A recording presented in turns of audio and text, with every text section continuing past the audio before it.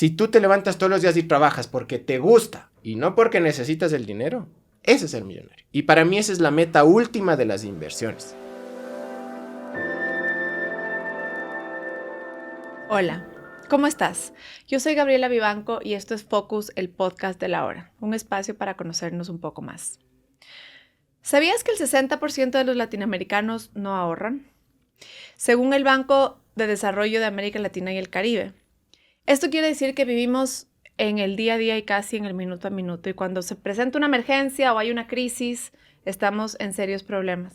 Para que no te pase, queremos introducirte a esta conversación de hoy sobre cómo manejar tu dinero en cada etapa de la vida.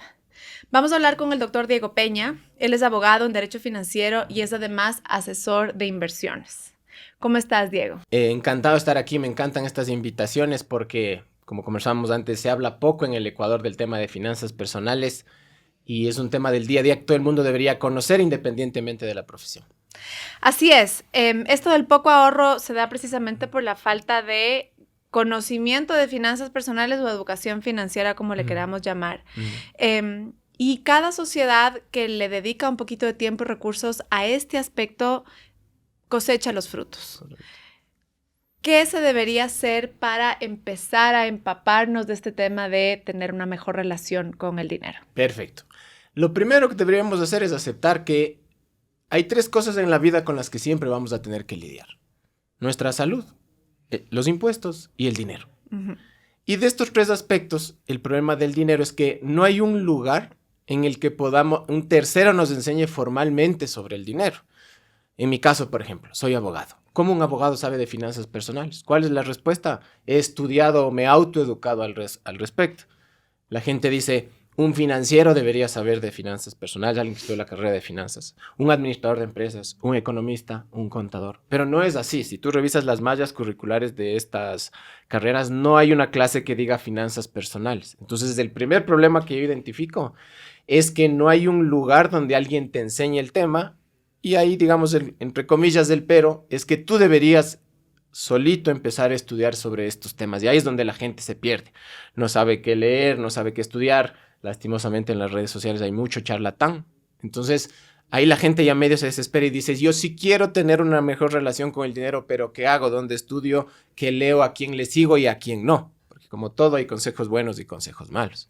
Tal cual. ¿Y por dónde empezar entonces? Yo digo, lo primero que deberías hacer es estar consciente que necesitas conocer más sobre el dinero. A todo el mundo yo lo que le digo es, lo primero, si te gustan libros, te puedo recomendar 1000. Si te gustan podcasts de ahora que están de moda, hay millones, tanto locales como extranjeros. YouTube también hay mucho. Entonces, lo primero, empezar a educarte poquito a poquito con el dinero. Temas básicos sobre finanzas. El libro que yo a todo el mundo les recomiendo en las fases iniciales son dos principalmente. El primero se llama El hombre más rico de Babilonia. Ok. ¿Sí? Para mí es la Biblia que te enseña todo lo que necesitas saber básico sobre finanzas personales. Y el segundo, que es más conocido, que se llama Padre Rico, Padre Pobre, de Robert Kiyosaki. ¿Sí? Ojo, ningún podcast que valga la pena o ningún libro que valga la pena te va a decir en qué invertir tu dinero. Si tú te das cuenta, tú vas a leer estos libros o este material y lo que te enseñan son costumbres, te enseñan hábitos y te enseñan cómo manejarte con el dinero. Tú nunca vas a encontrar un libro serio que te diga, si tienes $10,000, $5,000, compra acciones, 10,000 da la entrada para una casa. No, porque eso no te sirve. Lo que necesitas son hábitos y eso es lo que justamente no tenemos. Si me permites, yo siempre hago la comparación entre el conocimiento del dinero y el conocimiento del gimnasio o de la nutrición. Todo el mundo sabe que tiene que comer sano. ¿Por qué no todo el mundo tiene un cuerpo atlético, por ejemplo? Todo el mundo sabe que necesita ir al gimnasio y que en el gimnasio tienes que hacer músculo grande, músculo pequeño. Un día pecho, brazos, otro día espalda, lo que sea. ¿Por qué no todo el mundo tiene el cuerpo que quiere? La diferencia clave entonces está entre el conocimiento y la aplicación de ese conocimiento. Podemos pasarnos horas hablando sobre finanzas personales o recomendarte libros, pero si no vas a aplicar eso en tu vida, el tema va a seguir exactamente igual. Ok, cuéntame en pocas palabras, ¿cuál dirías que es el resumen, por ejemplo, de estos dos libros que mencionas que dices que son un buen punto de inicio? Lo que estos libros te recomiendan primero, obviamente, es que tengas un presupuesto de ingresos y gastos. Ujú. Es increíble que en el Ecuador la gente sabe perfectamente cuánto dinero le entra, porque trabaja en relación de dependencia y es un sueldo fijo, pero no sabe cuánto gasta ni en qué. Ujú. Entonces, si no sabes en qué gastas, ¿cómo puedes organizar? ¿Cómo puedes saber si estás gastando mucho o poco, si estás teniendo la posibilidad de ahorrar o no? Punto número 1, al menos tener un Excel básico. Imagínense, si yo que soy abogado pude armar un Excel, ustedes lo pueden hacer de mejor manera. ¿Verdad? ¿Cuánta plata entra? ¿Cuánto sale y en qué? Punto 2, si es que está bien armadita esta estructura, destinar el 10% al menos del ingreso para el ahorro destinado a inversiones. No es lo mismo ahorrar que ahorrar para invertir. En el Ecuador yo creo que la gente sí ahorra, pero ahorra para un nuevo carro, para ropa cara, ahora que está de moda el iPhone 16, pero no ahorra para invertir. Ujú. Entonces, primer consejo, estructura de ingresos y gastos. Segundo consejo, ahorro al menos del 10%. Depende de la etapa de tu vida, puedes ahorrar más o menos, pero al Ajá. menos del 10%. Ese ahorro del 10% es un ahorro exclusivo para la inversión. Y Correcto. luego ahorras algo más para la emergencia o para... Excelente. Muchos libros de finanzas personales te recomiendan algo que se llama fondo de emergencia. Ujú. ¿Qué es un fondo de emergencia? Es una plata que tú le tienes disponible normalmente en tu cuenta de ahorros, que te sirve para cuando algo fuera de lo normal pasa, algo que no estaba en tu presupuesto de ingresos y gastos pasa, utilices ese dinero para cubrir ese hueco. Por ejemplo, una enfermedad inesperada, un gasto extraordinario, tal vez un viaje al extranjero por una oportunidad que se presentó. Ese es el fondo de emergencia. Depende de la literatura, puede variar este fondo de emergencia entre 2 y 5 meses de tu gasto ordinario. Entre 2 y 5 meses de tu gasto ordinario, ese debería ser tu fondo de O emergencia. sea, yo debería construir un colchón que me cubra más o menos entre 2 y 5 meses De tus gastos ordinarios. de lo que gasto Sí, cada mes. eso deberías tener al menos en tu cuenta de ahorros. Entonces, claro, el ahorro del que yo hablo no es del fondo de emergencia, porque partimos del hecho de que para ahorrar ya tuviste armado tu fondo de emergencia. Claro. Es importante el tema de invertir, porque la gente cree que invertir es el primer paso. No, invertir es el tercer o cuarto paso, porque hemos hablado contigo de primero tener un presupuesto de ingresos y gastos. Obviamente, para tener un presupuesto de ingresos y gastos, debo tener al menos mis ingresos deben cubrir mis gastos fijos, ¿no es cierto? Porque si mis ingresos no cubren mis gastos fijos, no le puedo hablar a nadie de invertir o de ahorrar. A mí en las redes sociales, en el Twitter principalmente, cuando publico cosas de inversión, la gente me escribe, no faltan los odiadores de Twitter, ¿no? O de X, que ahora se llama. El Ecuador es un país pobre, ¿cómo hablas de ahorro? ¿Cómo hablas de inversión? ¿Cómo hablas de vivir de tus inversiones? Obvio, pues, pero si yo hablo de invertir, hablo de que estoy dirigiéndome a personas que tienen un ingreso que cubre al menos todos sus gastos y que luego de eso el dinero sí les está sobrando. Ujú. ¿Sí? Si el dinero no te sobra, no pienses en invertir. Enfócate en tener un ingreso o en aumentar tus ingresos para que cubran todos tus gastos mensuales. Ujú. Segundo paso, tener la cultura del ahorro. Tercer paso, educarte en inversiones. Yo siempre en las charlas que yo tengo en grupos medianos y grandes, siempre hago la siguiente pregunta. Si tú el día de mañana recibirías o aparecería $1 millón en tu cuenta, ¿qué harías con ese dinero? Con objetos de inversión. Nadie sabe qué hacer con ese dinero. Seguro. Entonces yo les digo, oiga, tienes dos problemas ahí. El primero es que no ha aparecido el $1 millón en tu cuenta. Y el segundo, que si aparece el $1 millón en tu cuenta, estarías exactamente en la misma situación en la que estás ahorita. No saber qué hacer con el dinero. Ujú. Por eso es que otra etapa antes de invertir es cultivarte, estudiar, aprender sobre inversiones, porque cuando ya tengas ese excedente de dinero para invertir, si no sabes qué hacer, vas a comprar un carro más caro, vas a comprar una casa más grande, vas a empezar a viajar, vas a empezar a tener gastos suntuarios, marcas, etc. Entonces, es todo un proceso. Imagínate, luego del cuarto, quinto paso, recién estamos hablando de invertir, es decir, utilizar los excedentes de dinero para comprar un activo que genere un ingreso que más adelante me permita vivir o aprovechar ese ingreso para otros temas. Ok, entonces estábamos en resumir las enseñanzas del libro y con eso ya estamos, porque al final del día lo que, un poco para aterrizar, sería el primer paso, agarrar todos tus ingresos, Correcto. vengan de donde vengan, familiares, ¿no es cierto? Y todos tus gastos mensuales. Correcto. Quizá un mes o quizá por ahí 2, 3 meses como para sacar un buen promedio. Sí, ir haciendo obviamente una revisión mensual, ¿no? Ir viendo cuánto entra, cuánto sale, en qué, para estabilizar los ingresos y gastos. Exactamente.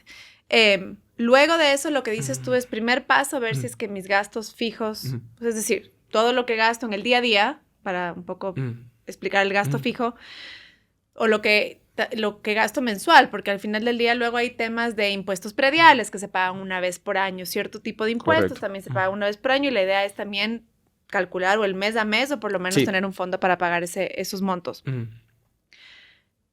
Si no te cubre tus gastos fijos, entonces no paso número hablar. 1, claro. Reduce tus gastos. Correcto. Cuéntanos un poquito el hábito que tenemos en general los latinoamericanos, pero específicamente los ecuatorianos, de ponerle el excedente a la tarjeta de crédito. Hablemos de las tarjetas. Por favor. Que en las manos correctas me parece que es la mejor herramienta financiera existente. Y en las manos incorrectas literalmente yo siempre digo, es la grada eléctrica al infierno. ¿Por qué? Veamos la tarjeta de crédito desde el lado positivo.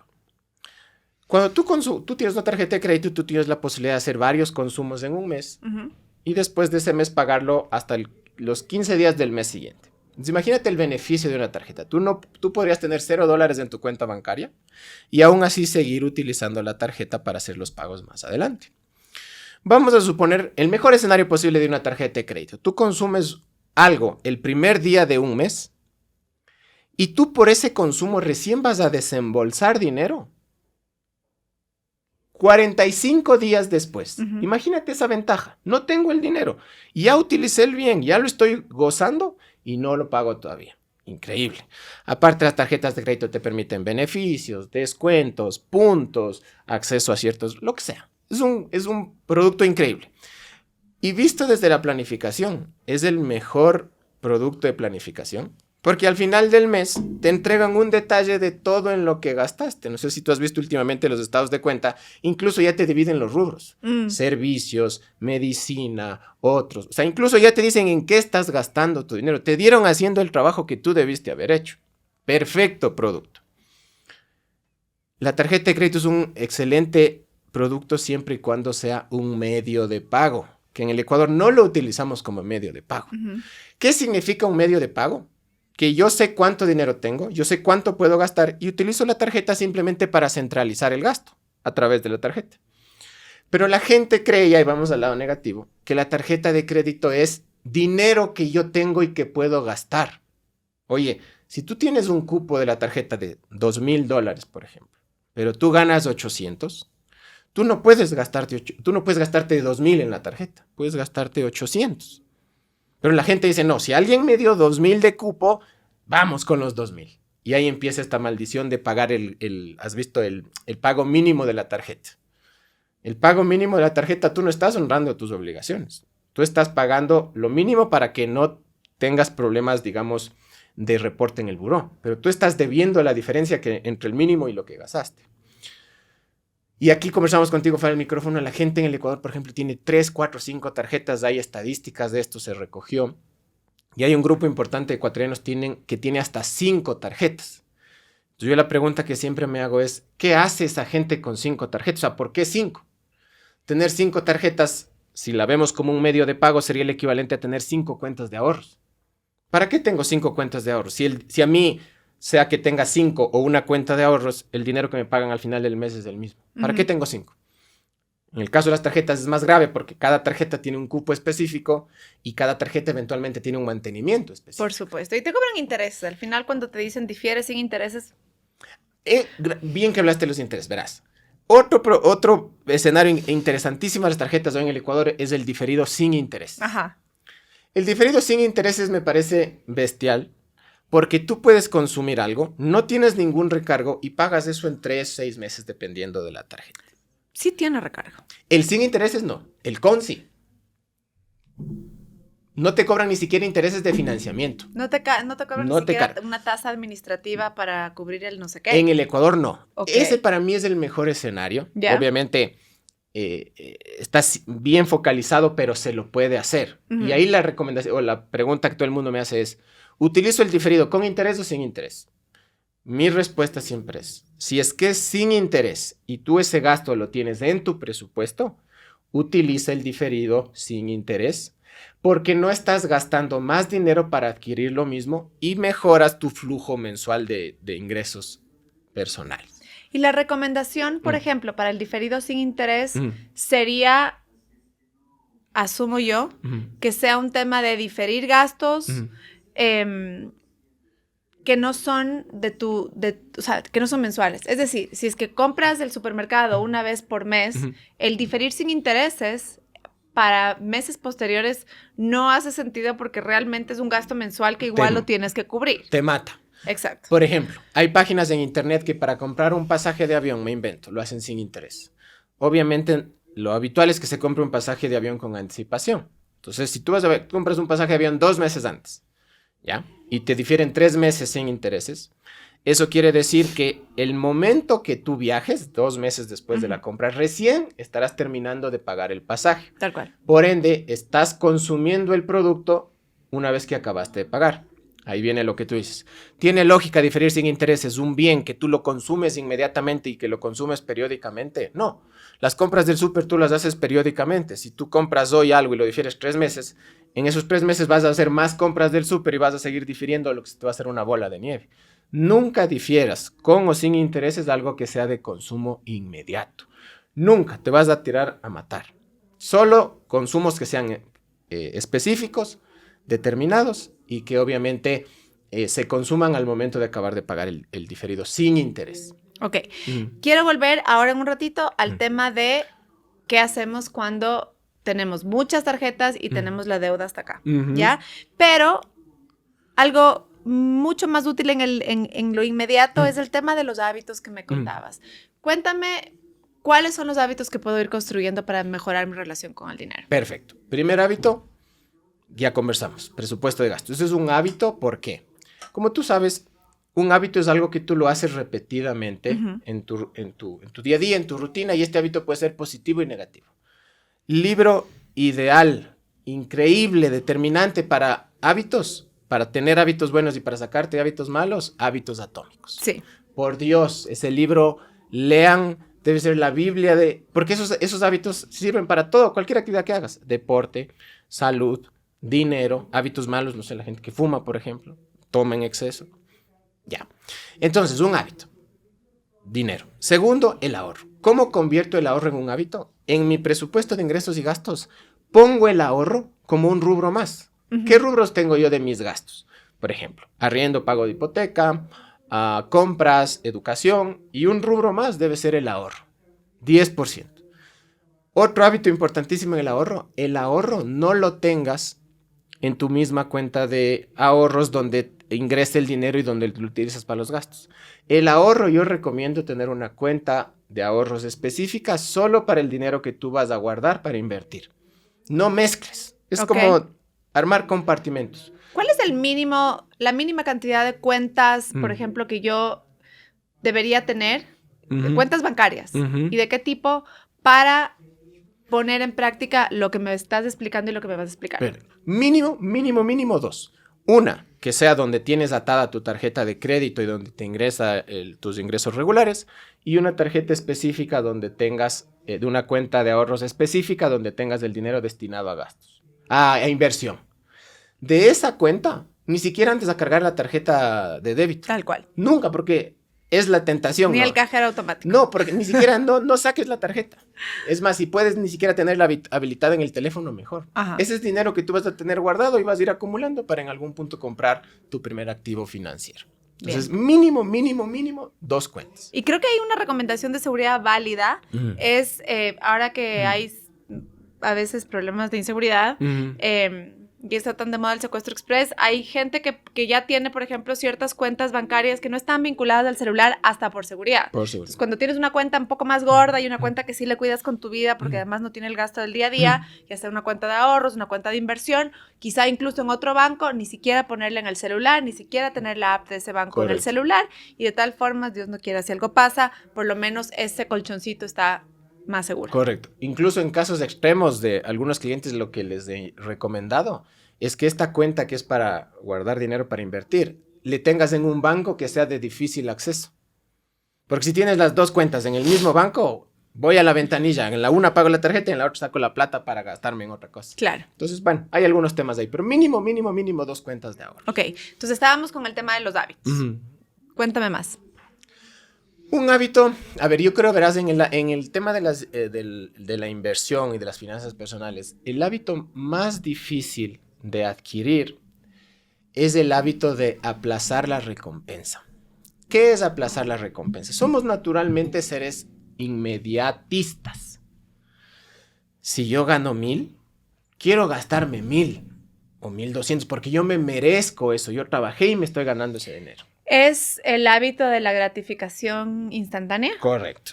Lastimosamente, este mal hábito se ha hecho exponencial con las redes sociales. Las redes sociales, lastimosamente, principalmente las de donde muestras tu estilo de vida, te invitan a tener gratificaciones inmediatas. Inmediato. Recibo gasto, es la gratificación inmediata. Y lo más duro de invertir es la gratificación retardada, después de un tiempo. Y te comento porque incluso me pasaba a mí. Cuando yo empecé este tema de las inversiones hace 7 años, yo me moría de iras y le comentaban en ese momento a mi novia, que bueno, ahora es mi esposa, yo le decía, oye, me muero de las iras. Yo entiendo toda la teoría, tenemos que ahorrar, tenemos que guardar, pero me muero de las iras, le digo, que gente que gana lo mismo o menos que nosotros estén como locos viajando a Miami, Europa, a la playa, carro nuevo, ropa. Digo, me muero de las iras, pero después, volviendo a la racionalidad, entendía que ellos están en la locura del gasto inmediato y yo ya, gracias a Dios, pasamos etapa al retraso de la gratificación. Esto es un tema de hábitos y no necesariamente es un tema de hábitos, sino también es un tema químico fisiológico. Hay un librito que ahorita se me ve el nombre, que te dice que nuestro cerebro todavía no ha evolucionado como nosotros, nuestro cerebro, y nuestro cerebro todavía vive en la época anterior a nuestra realidad y era un cerebro inmediatista. Caso el animal, lo como. Caso, lo como. Obvio. Entonces, incluso nuestro cerebro está programado de esa forma. Entonces, por eso te digo, es súper complicado en finanzas personales aplazar el ahorro. En todo sentido en la vida. Yo te digo, para muy mí, difícil. Luego de interiorizar todo lo que vamos a conversar, lo más duro va a ser eso. Porque tú vas a saber que tienes el dinero para darte el gusto que quieres, pero que no deberías darte ese gusto porque estás construyendo un futuro. Exacto. Y que ese futuro seguramente lo verás en 10, en 15 años. Eso, y ya que hablamos de los números. Cuando pensemos en inversiones, no pensemos que nuestra vida va a cambiar al siguiente año. En inversiones, y aquí por eso hablamos de la gratificación retardada, tu vida va a cambiar significativamente, al menos en 5 años. Mínimo 5 años. De hecho, hay estudios matemáticos que te dicen que un concepto que ojalá lo topemos hoy que se llama interés compuesto. La magia del interés compuesto opera a partir del 10º año. O sea, ahí tu dinero crece pero exponencialmente. Entonces, claro, ¿cuál es el reto? Llegar a esos 10 años sin utilizar el dinero para algo del día a día, un carro más grande, un viaje a Europa, porque todo el mundo se viaja a Europa y porque yo no voy a ir. Todo el mundo conoce Disney y porque yo no voy a conocer si tengo la plata. Entonces, eso es lo más duro. Entonces, esos son los principales hábitos. Constancia, obviamente. Constancia, que cuando hablas de un hábito entendemos que en la repetición está la clave del éxito, ¿no? No sirve de nada ahorrar un mes y no ahorrar los otros 11, o invertir un mes y no invertir los otros 11. Cuando tengo algunos clientes de estos siempre me dicen, Diego, ya invertí, ya guardé mi dinero 3 meses seguidos y esto me avanzó para comprar esto. ¿Cuándo recibo mi primera ganancia? Le digo, oye, pero continuidad, constancia. ¿Cómo me dices que 3 meses quieres que tu vida cambie? No, esto es mes a mes, mes a mes, mes a mes. Entonces son algunos hábitos claves, como te digo, hábitos atómicos, por Dios, lea. En tu experiencia, y ya espero cerrar ese tema del presupuesto, hay muchos retos y muchos obstáculos que hacen que este tema de ajustarnos un poquito el cinturón sea tan complicado, ¿no? Y entonces tenemos las redes sociales, tenemos nuestra comunidad, que en general, o sea, se lo ve en el Estado. Nosotros recibimos una educación de lo público también, de la inmediatez. Es decir, solucióname el tema de la electricidad ahorita, como sea, gástate lo que sea, y ya pues invertir en el sistema de educación de aquí a 15, 20 años, ya luego veremos. Y es parte de nuestra cultura, ¿no es cierto? Entonces, bastante te toca ir contracorriente. Totalmente. Es chévere, pero es difícil. Es el reto. Es el reto. En tu experiencia y en las conversaciones que tienes, ¿por dónde es lo más difícil el ajuste? Porque quizá la gente se ahorra en educación, que por ahí no, a mi criterio, la educación debe ser, para mí, la inversión número 1, ¿no? Pero ¿cuáles son los rubros o las cosas que a la gente más le cuesta ir cortando para por lo menos empezar a ajustar tus gastos diarios a tu presupuesto y no hacer lo que hace el Estado de seguirte gastando lo que no tienes, ¿no es cierto? ¿Dónde es lo más difícil y qué tipo de recomendaciones nos puedes dar? Verás, donde veo que a la gente más le cuesta es en los gustos. ¿Cómo me explico esto? Lastimosamente, hablando esto de la inmediatez, nosotros somos una sociedad que juzga en base a lo que ve. El típico libro, el típico cuento del libro. Para una persona vale más y es más rico alguien que maneja un carro de $50,000, pero que tiene una deuda de 40,000 por haber comprado el carro, lo que quiere decir que puso 10, que la persona que maneja un carro de 20,000 pagado de contado y no tiene deuda. Entonces, lastimosamente somos una sociedad que de lo que se ve, cuando el mundo de las inversiones es poner tu dinero en lo que no se ve. Cuentas de ahorros, pólizas, acciones, ya. Y en ese sentido, como somos una sociedad que juzga por lo que se ve y donde las redes sociales lastimosamente son el patrón, donde más le cuesta a la gente es dejar de gastar en lo que se ve. Viajes, cosas de marca, carros. Yo siempre hago esta relación solo por un tema de carros. Siempre me pregunto yo, si tú te das cuenta, la clase media y media alta ecuatoriana maneja un promedio un carro de $30,000, ¿no es cierto? Independientemente si lo haya comprado a crédito o de contado. Pero la pregunta que yo siempre me hago es, ¿cuánto dinero deberías tener ahorrado o invertido para andar en un carro de $30,000? Y nadie se hace esa pregunta. O sea, si puedo, y te das cuenta, si tú haces los cálculos matemáticos, el carro en la clase media es más o menos el ingreso bruto de un año, pero que yo lo financio en 5. Por ejemplo, si yo ando en un carro de 30,000 es porque en promedio debería al menos ganar un sueldo de 2,500. Entonces, el ingreso bruto de todo un año yo lo destino para comprar un vehículo. Y me endeudo más o menos a 5. Me endeudo a 5, obviamente con los intereses que eso acarrea y demás. Entonces, yo digo, a ver, si alguien, una persona conscientemente le metió su ingreso bruto de un año entero a un carro, ¿cuánto esa persona le está destinando al ahorro? A la inversión, porque si fuiste consciente de meterle un año entero de tu plata a un carro, entiendo que para el tema del ahorro estás siendo más agresivo. Yo siempre digo, pregúntate lo siguiente, ¿puedo manejar un carro de 30,000? ¿O debo? No te digo si puedes o no pagar, te digo, ¿deberías estar manejando un carro del precio que estás manejando? Yo te digo en las charlas que tengo, las asesorías con mis clientes, yo conozco clientes que manejan carros de 60,000 y tienen $0 invertidos. ¿Tiene lógica manejar un carro de 60,000, que es la mitad de lo que cuesta un departamento, y no tener $1 invertido?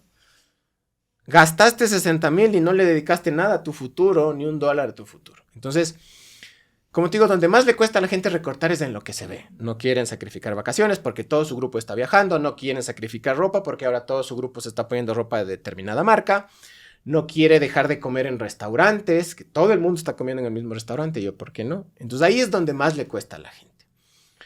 Obviamente hay que encontrar un equilibrio, ¿no? Entre calidad y estilo de vida y ahorro. No digo que si ganas $3,000 comas arroz con huevo todos los días. No, tienes que darte tus lujos, tu vida, porque tu día a día va a ser más importante en la decisión de invertir. Te va a ayudar mucho que tengas un día a día equilibrado. Pero no te vayas al extremo. Como todo en la vida, esto es de puntos medios. Ni ser miserable, porque invertir no quiere decir ser miserable con el dinero, ni irte al extremo de gastar extremadamente lejos de lo que podrías hacer. Tal cual. Y quizá también es un tema de establecer prioridades, ¿no? Entonces, seguramente cuando haces tu presupuesto, te sientas en familia o por ahí tú eres la familia o la cabeza de familia, estableces tus prioridades y pues ahí es donde también empiezas a decir, bueno, estas son mis prioridades intocables y después también quizá incluso rodearte de una comunidad que comparta ciertos hábitos contigo o ciertas prioridades y que pues se valoren también las cosas en común con la gente con la que te rodees. Y creo que también es muy importante escoger con quién te rodeas, ¿no? Tú has dicho algo clave. Tu grupo, tu círculo social. Hay un librito que nuevamente no me acuerdo cuál es que te dice, tú eres el resultado de las 5 personas más cercanas a ti. No importa si son familias, amigos, lo que sea. Tú eres el resultado de esa gente. Si esa gente son borrachines, vas a ser borrachín. Si esa gente es enfocada en algo, tú vas a ser enfocado en eso. Tú eres ese resultado. Punto número 1. Punto número 2, prioridades que tú dices. Por Dios, no dejen que su prioridad sea que el resto crean que son ricos o que tienen plata. Su prioridad, en el caso de las personas que tienen familia, debe ser su familia, sus hijos, y el bienestar a largo plazo para ellos. ¿Sí? Y lo último, no quieras parecer rico.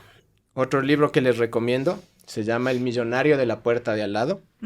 Es un libro hecho en base a estadísticas de los años 80 y 90 en Estados Unidos, donde les preguntan a los millonarios de verdad qué hábitos tienen. Y contrario a lo que nosotros creemos, millonario no es el que gasta muchísimo dinero, no es el que viaja 10 veces allá al exterior, no es el que anda en el carro de lujo. ¿Sí? En estas estadísticas, este libro me encanta porque te dice, el millonario promedio en esa época en Estados Unidos vivía en barrios de clase media y nadie sabía que era millonario. Entonces, nuevamente, no quieras parecer millonario en detrimento de ser millonario. En este caso específico, entre ser y parecer, tienes que escoger siempre ser. Nunca parecer. No creas que ser millonario es andar en un carro caro, andar bien vestido. Para mí, millonario, para Diego Peña, millonario, financieramente hablando, es tener tiempo libre. Para mí eso es ser millonario. Ese es tu lujo. Sí, ese es mi lujo. Hay una parte en los libros de finanzas que te hablan de la libertad financiera. ¿Qué es la libertad financiera? Hacer lo que tú quieras, cuando tú quieras, y no porque necesitas el dinero para hacerlo. ¿Sí? Para mí eso es ser millonario. Si es que tú tienes que trabajar todos los días, levantarte todos los días porque necesitas el sueldo a fin de mes, financieramente no eres millonario. Si tú te levantas todos los días y trabajas porque te gusta y no porque necesitas el dinero, ese es ser millonario. Y para mí esa es la meta última de las inversiones. Si tú tienes que escoger entre más dinero y tiempo, siempre vas a escoger tiempo. Tiempo de calidad con tu familia. En mi caso personal, el año anterior, por ejemplo, tuve un año medio complicado con el tema de salud de algunos familiares. Lo mejor para mí fue poder tener el tiempo para poder estar sentado en el hospital con mi familia. Y no estar preocupado que si no voy a la oficina, que si no trabajo, que si no produzco. Eso para mí, como te digo, no tiene tiempo. Ahora acaba de nacer mi sobrina en Estados Unidos. Tener el tiempo para irle a visitar y estar sentado en la casa con ella 15 días. Y los recursos. Pero claro, si es que tú no tienes los recursos, obviamente, no importa que andes en un carro de 60,000 si tienes que trabajar, lo que Robert Kiyosaki, el primer libro que recomendé, le llama la carrera de la rata. Si tú tienes que seguir en esta carrera de la rata todos los meses, nunca vas a poder destinar tu tiempo a lo importante. Lo importante no es el dinero, y esta es otra enseñanza de vida. El dinero no es el fin. El dinero es el medio para fines más grandes. Cada uno tiene su fin, su familia, su crecimiento, lo que sea. Pero el dinero es solo un medio para alcanzar ese fin. Como dice el millonario como dice el hombre más rico de Babilonia, y de hecho lo dice la Biblia también, haz que el dinero sea tu siervo y no que el dinero sea tu amo. Si es que el dinero es tu amo. Complicado. Me gusta mucho lo que dices porque se relaciona mucho también con el concepto de la generación del dinero, que es algo de lo que todavía no hablamos, ¿no es cierto? No es un tema de me siento y me cae, porque obviamente todo requiere esfuerzo y todo requiere una estrategia y todo requiere también que entendamos cómo queremos vivir, ¿no es cierto? Y tomar decisiones proactivas al respecto de cómo queremos vivir. Y hay una teoría que pues la vengo también siguiendo y leyendo sobre la diferencia entre tener una profesión a la cual hay solo un límite de tiempo al que le puedes dar. Es decir, si yo soy médico, la típica, ¿no? Cuando hace 20, 30, 40, 50 años tenías que irte a la universidad y entonces las profesiones más valoradas por el poco por la sociedad, ¿no? Era, no sé, hazte ingeniero, hazte médico, hazte abogado, hazte periodista y entonces trabaja y haz tu trabajo y pues te irá bien. Y la otra es que, bueno, si es que te gusta y amas lo que haces, entonces te va a ir súper bien, que también es una verdad a medias, ¿no? Este tipo de trabajos, que no necesariamente el problema es la profesión, el problema es cómo encaras tu trabajo versus ocupaciones o proyectos donde puedes generar más dinero de manera exponencial. Explícame un poquito cómo podemos empezar a entender esta diferencia entre el trabajo del día a día y realmente empezar a producir dinero y generar riqueza y generar patrimonio. Perfecto. Sobre esto hay un montón de teorías, desde estudia lo que te dé plata, hasta estudia lo que te gusta y por la pasión que vas a tener en eso vas a generar dinero. Y hay una discusión ahí bien compleja porque el tema no es fácil. Lo que sí es real, son hechos, es que, por ejemplo, en el Ecuador, las generaciones actuales se enfrentan a una situación bien complicada, que es un mercado laboral bien complejo. El pleno empleo en el Ecuador es bajísimo, no llega al 25%, no llega al 25%, lo que significa que si el 25% de la gente que puede trabajar, más bien dicho, que del 100% de la gente que puede trabajar, solo el 25% tiene código de trabajo, afiliaciones y demás, eso quiere decir que hay un 75% que le está sufriendo. No digamos 75, porque pueden haber emprendedores y demás, pero hay un grupo importante de gente que la está sufriendo independientemente de las carreras. Sí.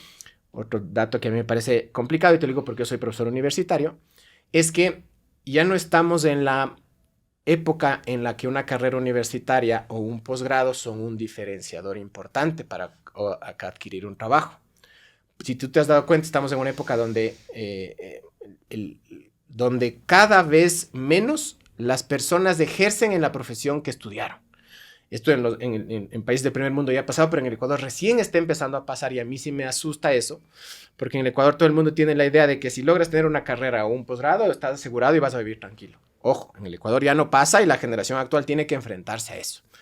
En el mundo actual, yo considero tu teoría, estamos en la época de las habilidades. Las empresas más grandes a nivel mundial han dejado de contratar a las personas por su carrera y han empezado a contratarlas por sus habilidades. Y en el tema de habilidades, hay muchas que, por ejemplo, en el caso de los abogados no manejamos, que son las habilidades blandas, que hasta hace 10 años pensábamos que era un chiste de gente esotérica, digamos, y ahora vemos que son importantísimas. Otro libro hablando de habilidades blandas, por Dios, lean Inteligencia Emocional, Daniel Goleman, por Dios, libro de cabecera para todo el mundo sin importar la profesión. Entonces, considero yo que todo el mundo debería tener ciertas habilidades mínimas independientemente de la profesión que ejerza, ¿sí? Y que una de esas habilidades justamente sea el manejo del dinero, y otra habilidad blanda que yo creo que todo el mundo debería tener es el tema de ventas. Tú debes saber venderte. No importa lo que hagas, seas abogado, médico, no tienes que saber venderte. Si no sabes vender tu producto, tu servicio, estás fregado. ¿Qué libro recomiendas ahí? Hay una que se llama... ya te digo, se me olvidó ahorita, pero ya tengo uno bueno para eso. Entonces, en los libros, ¿qué te dice? La discusión entre vender tu tiempo y vender un producto que sea escalable o un servicio que sea escalable. ¿Cuál es el problema de vender tu tiempo que es limitado? Y que entras en la disputa de que tu hora debe valer lo más alto posible para que tu tiempo valga. Pero aún así llega un momento donde llega a ser limitado. A diferencia de un producto o un servicio que sea escalable y que no necesita de tu tiempo. Por ejemplo, logras hacer, no sé, una bebida interesante.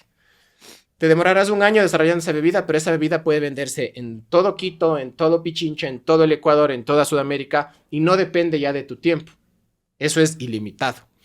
Un servicio, no sé, por ejemplo, franquicias. La franquicia es un modelo de servicio con bien escalable. Armar una franquicia. Entonces, cualquiera de los dos caminos son buenos, pero si quieres en algún momento despegar en el tema del dinero, tienes que hacer un negocio escalable.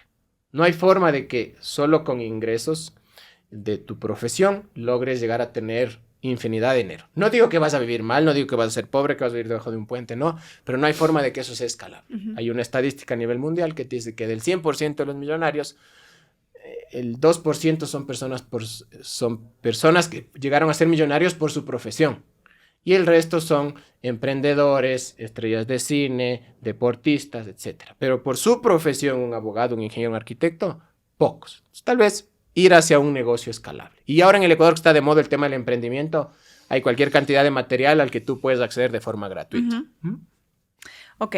En este tema de la educación, creo que para manejarlo un poco los conceptos, por ejemplo, hay el concepto del fondo de inversión para educación, puede ser tuyo o de tus hijos, pero también se choca un poquito con este tema de la gratificación inmediata. Entonces, el tema de hasta dónde me gasto en la educación de mis hijos en detrimento de mi calidad de vida, por ejemplo.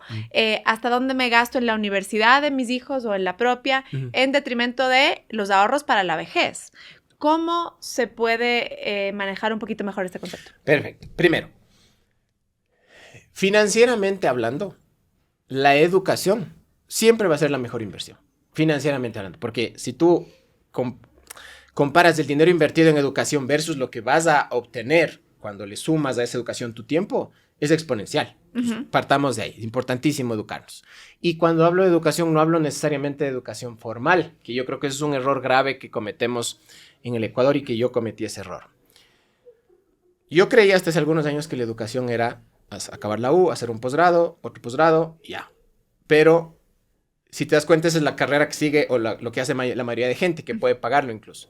Pero tú acabas el posgrado y el 90% de personas que acaban un posgrado no vuelven a abrir un libro en su vida y no vuelven a estudiar nada. Entonces yo digo, oye, eso no es educación. Entonces cuando hablo de educación, no es educación formal, es cultivarte, crecer, conocer nuevas cosas, etc. Punto 1. Punto 2. Un problema que yo veo aquí en el Ecuador, en Quito principalmente, nuevamente con el tema de lo que se ve y que no sé qué, es que la gente está queriendo mandar a sus hijos a colegios o a instituciones educativas que claramente no puede pagar, pero que necesita estar ahí por el círculo social. No importa si la educación es buena o mala, mi círculo social está ahí y yo tengo que estar ahí. O quizás aspiras a que tu hijo esté en otro círculo social. O aspiras a que llegue ese círculo social, pero al menos aquí en el Ecuador valga la pena decir, el tema de los círculos sociales no depende de dónde estudias, sino depende de otras cosas, ¿sí? Yo siempre converso de esto y yo no tengo hijos, pero sí es un tema bien delicado. Porque, oye, endeudarte, me invento. Y te digo, yo conozco casos reales. Gente que gana como pareja $3,500 al mes. Y pagan en la educación de cada hijo que tienen 2, pagan 800, 1,600. Es casi el 50% de tu ingreso en educación de tus hijos. Y la educación en este caso no es solo pagar el colegio. No. Útiles, tema, eventualmente si es que es un colegio que lo vale, no por el nombre, sino por lo que le aporta a tu hijo, dale.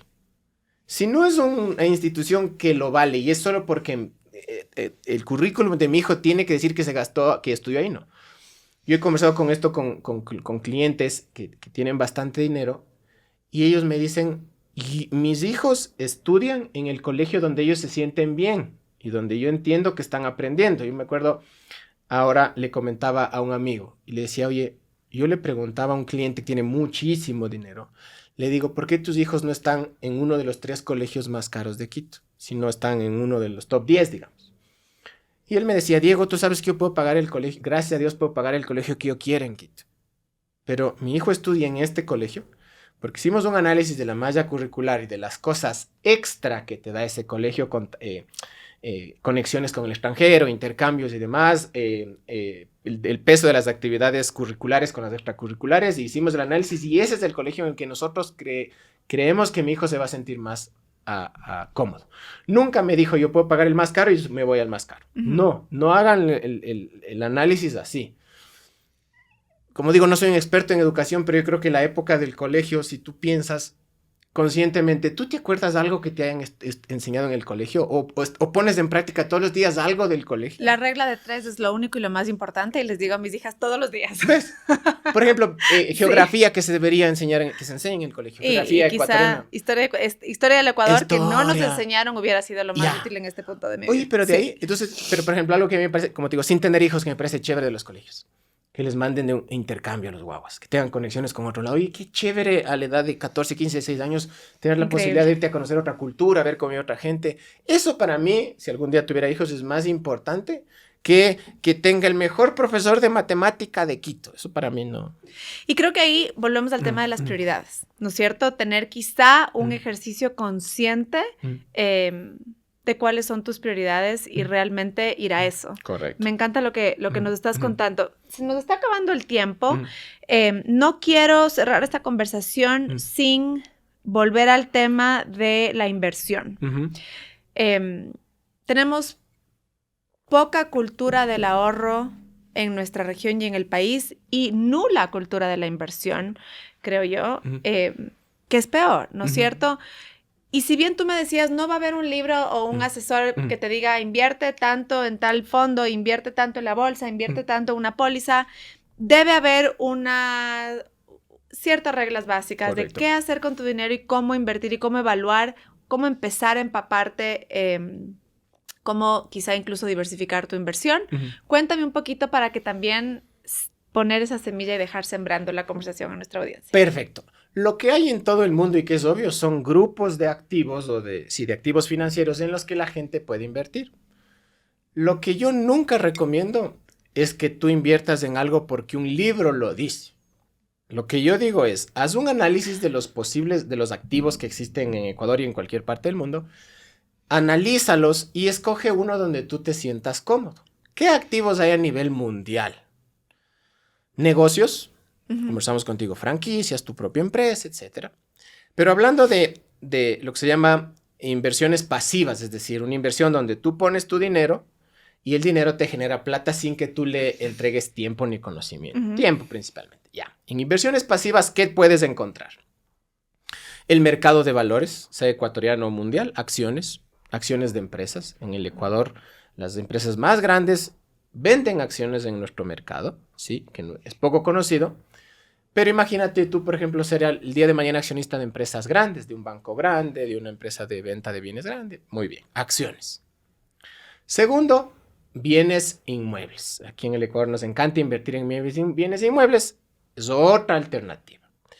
Otra alternativa que te sugiero es comprar deuda de empresas. Las empresas privadas normalmente necesitan financiamiento y tú podrías ayudarles a financiar esas empresas y esas empresas grandes te pagan a ti un interés. Y el último grupo de activos que en el Ecuador estamos en el Disney en este segmento son poner tu dinero en un banco o en una institución financiera, banco cooperativa, y que esta institución te pague. En los últimos 6, 8 meses hemos visto mucha literatura en los diarios, en los periódicos, en los medios digitales, de las tasas pasivas, es decir, el interés que el banco te paga por tener tu dinero ahí. Estamos en una época increíble de tasas del 7, 8, 9%. Esto se dice fácil, pero yo digo lo siguiente. En un país dolarizado, casi sin inflación, que te paguen una tasa del 8 o 9% sin mover un dedo, eso no existe en el mundo, no existía en el Ecuador y va a dejar de existir en el Ecuador en el corto tiempo. Entonces, lo que todo el mundo le digo es aprovechen. Nuevamente, hay varios tipos de activos. Por Dios, estúdienlos todos y escojan uno donde se sientan cómodos, uno o varios.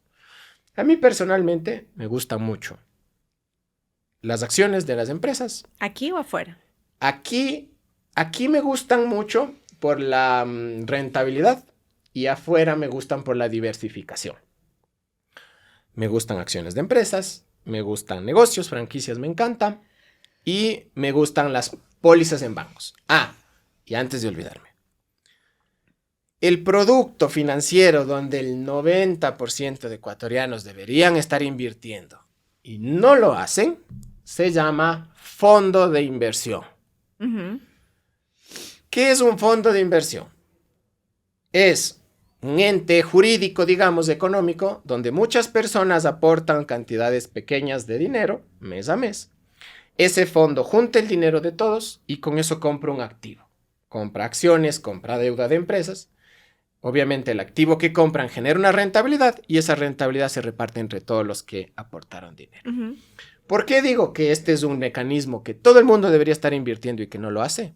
Primero porque te permite aportes mensuales pequeñitos. 20, 30, 40, 50, 100 dólares. Segundo, porque es una figura extremadamente controlada en el Ecuador, Superintendencia de Bancos, fiduciarias, SRI, Unidad de Análisis Financiero. Tercero, porque la rentabilidad es bien interesante para la cantidad de dinero que aportas, ¿sí? Y cuarto, porque es gratis.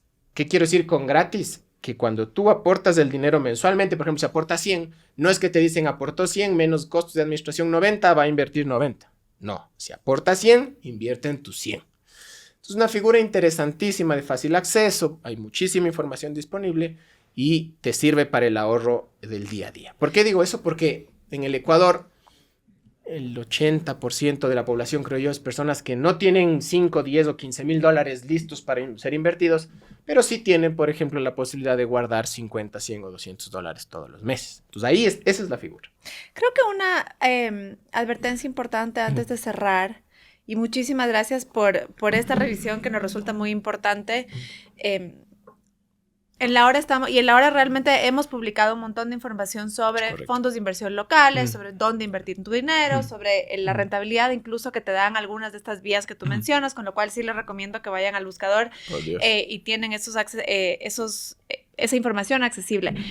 Pero hay un montón también de pirámides y tramposos y estafadores que están aquí diciendo yo te pongo un fondo de inversión. Cuando te ofrecen qué tasa de interés, tienes que decir esto suena demasiado bueno para decir verdad. Excelente ¿Cómo pregunta. puedo identificar?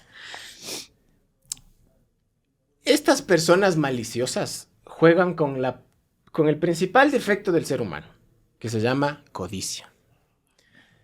Y el segundo defecto se llama desconocimiento. Por eso digo, por Dios, lean antes de invertir. Vamos, casos sonados, ¿no? Don NASA, Pipmaster. Oye, ¿será seguro, será lógico que un señor en pantaloneta en una casa de caña en la mitad de Machala te recibe el dinero en efectivo y te dice que el dinero que tú le entregas se va a duplicar en un año porque él te ofrecía 10% mensual? ¿Eso es codicia o desconocimiento? No hay otro. Entonces, yo creo que en el Ecuador, al día de hoy, un retorno aceptable por cualquier tipo de inversión, hoy en el Ecuador está entre el 4 o 5% hasta el 11-12%. Pero esto es anual, no mensual. La mayoría de estas pirámides, etcétera, te dicen te pago el 2 mensual. Oye, 2 mensual es 24% anual. ¿Sí? Y la pregunta que la gente tiene que hacerse cuando le proponen estas inversiones es, si es que esta persona me está haciendo esta oferta, es porque esa persona va a tomar ese dinero, va a utilizarlo en algo más, va a obtener una rentabilidad y me está compartiendo parte de su rentabilidad, ¿no es cierto? Entonces, a ver, ¿hay un negocio en Ecuador o en el mundo que sea legal, que le produzca a alguien el 40% de rentabilidad para que esa persona esté dispuesta a darte a ti a compartir sin tú mover un dedo el 24, 30? No existe de forma legal. Entonces, la consecuencia de eso va a ser seguramente o que termines perdiendo tu dinero o que no que pierdas tu dinero o que ganes 1 o 2 meses de ganancia, de rentabilidad y después la persona desaparezca. Entonces, por Dios, no dejen que la codicia ataque. Por eso te decía, para tú hacer, digamos, un monto considerable de dinero con inversiones, son 10 años.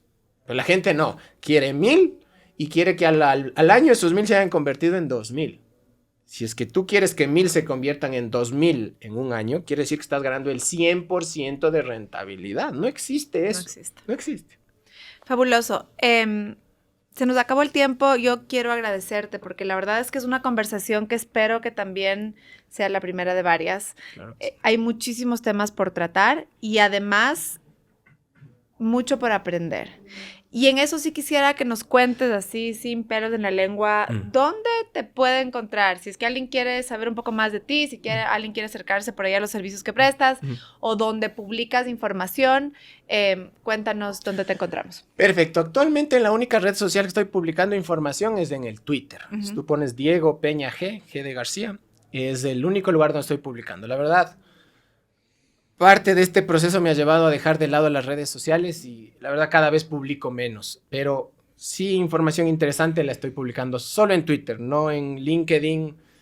Obviamente en Instagram es completamente personal, no dejo que nadie entre. Y eso, solo en Twitter, en X, que ahora se llama, ¿no? Ahí tienen información de acciones, información del Ecuador, información del mundo. Y lo que me gusta publicar ahora, y con eso me gustaría cerrar, es estadísticas.